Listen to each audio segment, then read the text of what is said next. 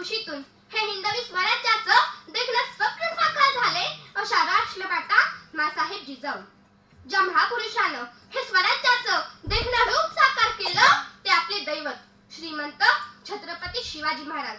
स्त्री शिक्षण, समता, स्वातंत्र्य यासाठी आयुष्यभर झटणारे क्रांती सूर्य महात्मा ज्योतिबा फुले, माता सावित्रीबाई फुले.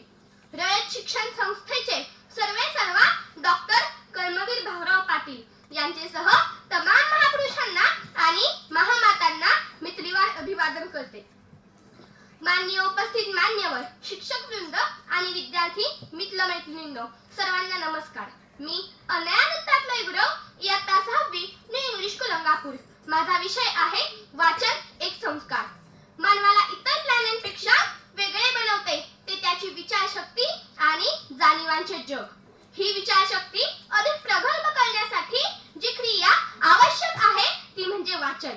वाचन ही शिक्षणाची पहिली पायरी असून व्यक्तिमत्व पूर्णत्वाकडे नेणारा संस्कार आहे. म्हणूनच वाचन एक संस्कार असे म्हटले आहे. वाचनामुळे विचार विश्व समृद्ध होते. पुस्तकातील शब्द मनाला नवे क्षितिज दाखवतात. एखाद्या साध्या कल्पनेलाही अर्थपूर्ण, सृजनशील आणि व्यापक रूप देण्याची ताकद वाचनात असते.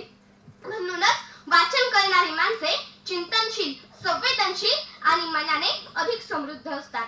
वाचनाच्या संस्काराचं सर्वोत्तम उदाहरण म्हणजे विश्वरत्न डॉक्टर बाबासाहेब आंबेडकर, ज्यांच्या हातात पुस्तक आलं आणि त्यांचं आयुष्यच नव्हे तर संपूर्ण देशाचं नशीबच बदललं.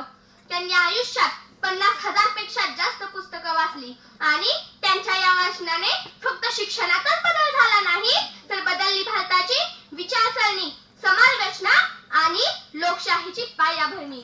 वाचन ही ज्ञान संपादनाची सर्वात सोपी आणि प्रभावी पद्धत आहे. इतिहास, विज्ञान, समाजशास्त्र, साहित्य, तत्वज्ञान किंवा जगातील कोणतेही क्षेत्र असो, त्याची दार उघडण्याची चावी म्हणजे वाचन. वाचनामुळे समजूतदारपणा, सहिष्णुता, मानवता, विवेक आणि सृजनशीलता या मूल्यांचा विकास होतो. म्हणूनच वाचनाने समाज अधिक जागरूक आणि सुशिक्षित घडतो. शेवटी एवढेच सांगते, वाचन म्हणजे फक्त ज्ञान मिळवणे नाही तर वाचन म्हणजे स्वतःला घडवणे आहे. पुस्तक ही सर्वोत्तम मित्रम, न तेषा विश्वास राहतो न च दूरीकरणम. यदा जीवन मार्गे अंधकारो भवति तदा ज्ञानदीप प्रज्वलति ग्रंथेषु एव. म्हणजेच पुस्तक ही सर्वात उत्तम मित्र आहेत. ते कधीच फसवत नाही आणि कधीच दूर जात नाही. जीवनाच्या मार्गावर जर अंधार पडला तर ज्ञानाचा दिवा पेटतो आणि तो पेटतो पुस्तकांतून आणि त्याच्या वाचनातूनच.